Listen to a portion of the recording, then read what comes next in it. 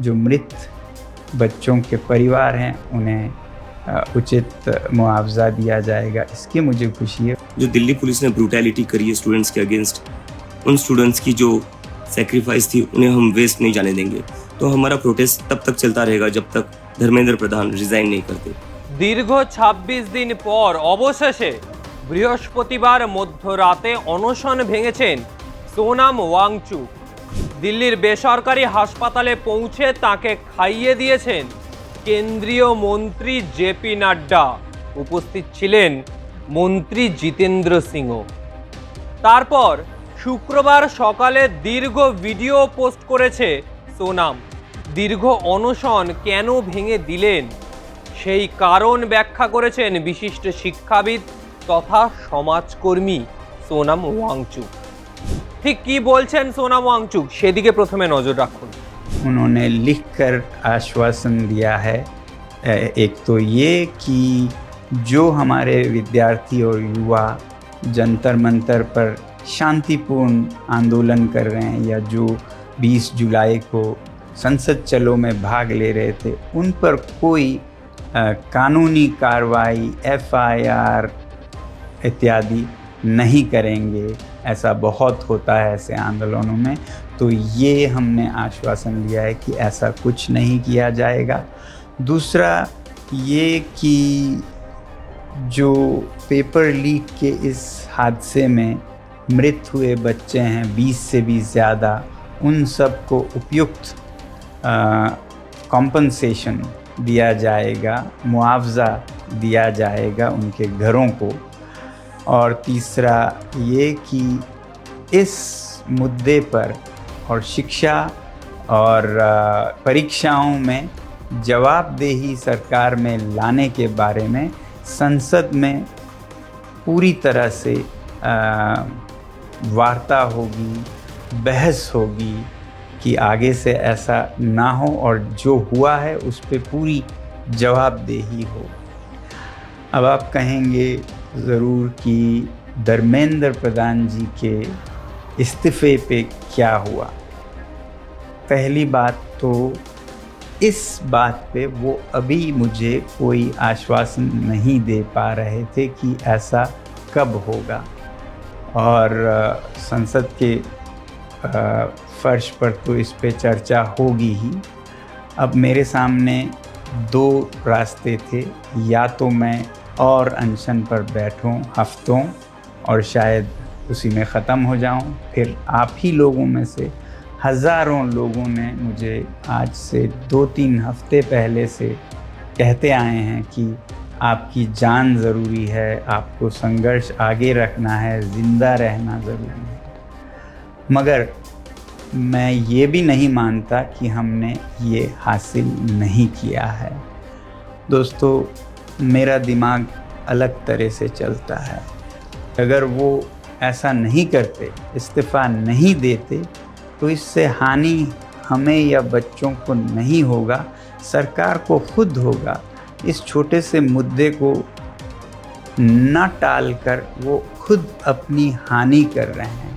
बल्कि दे देते इस्तीफ़ा तो कब से उनका ये सारा नुकसान रुक जाता। इसलिए मेरे लिए सबसे ज़्यादा ज़रूरी ये बात नहीं थी, इसका तो खुद निपटारा हो जाएगा तमाम तरीक़ों से। ज़्यादा ज़रूरी मेरे लिए था कि हमारे बच्चों पर कोई ऐसे केसेस न लगें। आपको नहीं पता है, मैंने देखा है लद्दाख में कैसे सालों जीवन भर उन्हें FIR के चक्कर में अपने भविष्य को बिगाड़ना पड़ता है। ऐसा कुछ नहीं होगा, ये हमने उनसे हासिल किया है, इसकी मुझे खुशी है। और जो मृत बच्चों के परिवार हैं उन्हें उचित मुआवजा दिया जाएगा, इसकी मुझे खुशी है। और भारत के लोकतंत्र की सबसे उच्च मंदिर मैं कहूँगा जो कि हमारी संसद है, वहाँ पर इस मुद्दे पर और जवाबदेही पर भी पूरी बहस होगी। तो इसके साथ मैं आप सबके भी बहुत बहुत धन्यवाद करता हूँ कि आप लोगों ने समर्थन दिया इस आंदोलन का। जय हिंद। शुक्रवार सकाले पोस्ट হয় সোনামের এই ভিডিও। তিনি বলছেন প্রশ্ন ফাঁস নিয়ে সংসদে আলোচনা হবে। লিখিতভাবে তাকে সেই আশ্বাস দিয়েছে কেন্দ্র। যে সমস্ত আন্দোলনকারীরা শান্তিপূর্ণভাবে প্রতিবাদে সামিল হয়েছে, সংসদ ভবন অভিযানে নেমেছে, তাদের বিরুদ্ধে মামলা দায়ের করা হবে না। এছাড়াও নিটের প্রশ্ন ফাঁস হওয়ার জেরে যে পড়ুয়ারা আত্মঘাত করছেন তাদের পরিবারকে যথাযথ সাহায্য করার বিষয়টিও খতিয়ে দেখবে কেন্দ্র, এমনটাই আশ্বাস দেওয়া হয়েছে সোনামকে। লিখিতভাবে আশ্বাস পেয়েই শেষ পর্যন্ত অনশন ভাঙার সিদ্ধান্ত নিয়েছেন সোনাম ওয়াংচুক। জানিয়েছেন গত দুদিন ধরে বড়সড় দর কষাকষি হয়েছে, তবেই কেন্দ্রের তরফে লিখিত আশ্বাস মিলেছে, নয়তো এই লিখিত আশ্বাসটাও মিলতো না। সপ্তমৌখিক কথোপকথনই কেন্দ্র চলে। অনশন ভাঙার খবর পেয়ে প্রধানমন্ত্রী নরেন্দ্র মোদী এক্স হ্যান্ডেলে লেখেন, সোনামজিকে অনুরোধ জানাই তিনি যেন চিকিৎসকদের পরামর্শ মেনে চলেন, দ্রুত দৈনন্দিন জীবনে ফিরুন তিনি, তার স্বাভাবিক ওজন আবার ফিরে আসুক। ঈশ্বরের কাছে প্রার্থনা করি সোনামজি যেন সুস্থ থাকেন। এই সমস্ত বিষয় নিয়ে প্রধানমন্ত্রী পোস্ট করেছেন এক্স হ্যান্ডেলে। ঠিক কি ভিডিও বার্তা দিয়েছে একবার দেখুন সেদিকে। फ्रेंड्स, मैं जानता हूं कि पेपर लीक ये कोई मामूली विषय नहीं है। लाखों विद्यार्थी और उनके अभिभावकों के लिए बहुत ही पीड़ादायक है और इसलिए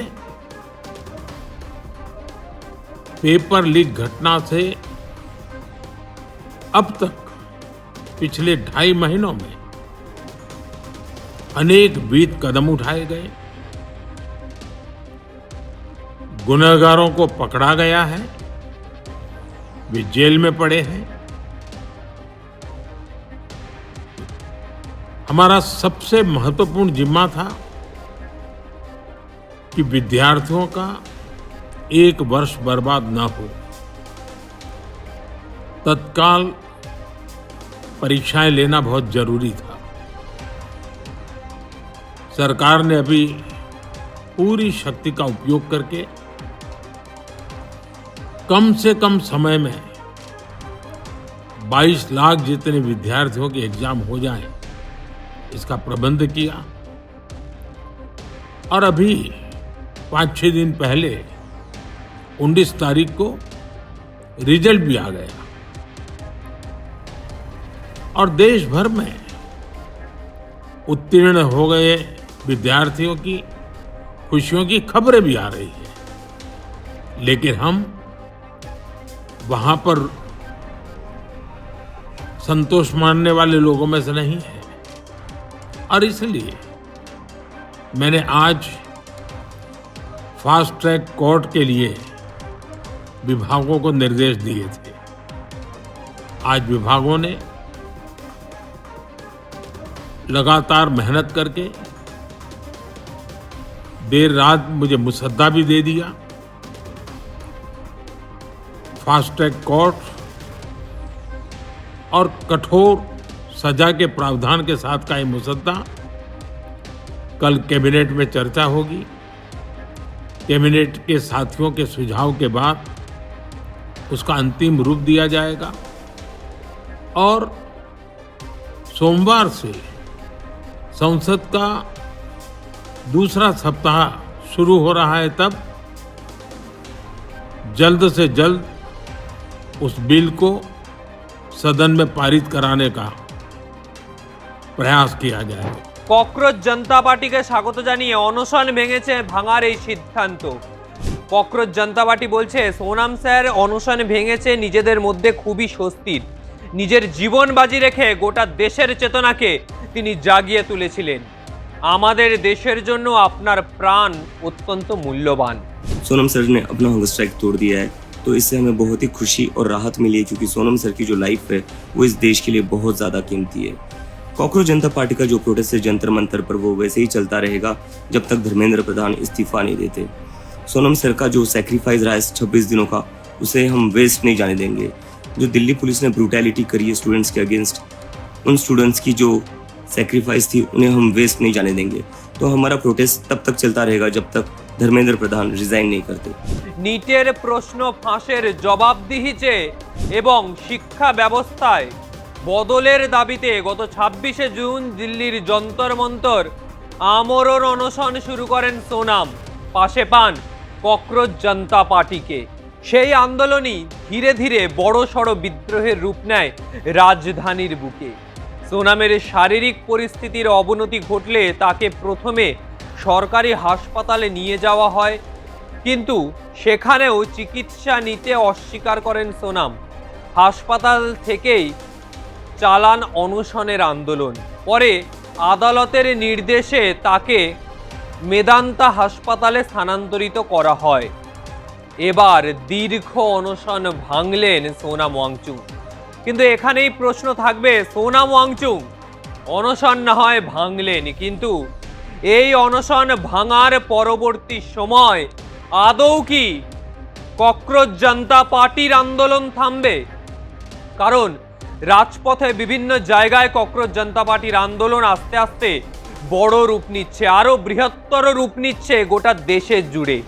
গোটা দেশের নানান প্রান্তে ককরোচ জনতা পার্টির সমর্থনে বিভিন্ন ছাত্র সংগঠন তারাও রাস্তায় নামছে, প্রতিবাদ জানাচ্ছে কেন্দ্রীয় শিক্ষামন্ত্রী ধর্মেন্দ্র প্রধানের পদত্যাগের দাবিতে। ককরোচ জনতা পার্টির যে দাবিগুলো ছিল তার মধ্যে 1 নম্বর ছিল কেন্দ্রীয় শিক্ষামন্ত্রী ধর্মেন্দ্র প্রধানের পদত্যাগ, কিন্তু সেটাই এখনো পর্যন্ত মানল না কেন্দ্র সরকার।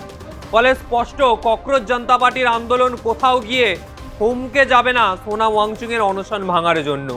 তাদের আন্দোলন গোটা দেশব্যাপী যেভাবে আরো বৃহত্তর আকার নিচ্ছে এটা স্পষ্ট। আগামী দিনে ককরোচ জনতা পার্টি কেন্দ্রের সরকারের মনে যে ভয় ধরিয়ে দিয়েছে সেই ভয় আরো বাড়বে। নরেন্দ্র মোদী যে ভয়টা পেয়েছেন এই আরশোলাদেরকে নিয়ে, সেই ভয় আবার বাড়বে। দিল্লির রাজধানীর আন্দোলন গোটা দেশের বুকে যেভাবে বৃহত্তর আকার নিয়েছে সেটা একেবারেই স্পষ্ট হয়ে যাচ্ছে ভয় ধরেছে কেন্দ্রে। ফলে আজকের মতো বিদায় নিচ্ছি। ভিডিওটা ভালো লাগলে অবশ্যই লাইক কমেন্ট করুন, চ্যানেলটি সাবস্ক্রাইব করুন, আপনার মতামত জানান। আগামী সময় আর কোন কোন বিষয়ে ভিডিও দেখতে চান অবশ্যই জানাবেন। নমস্কার।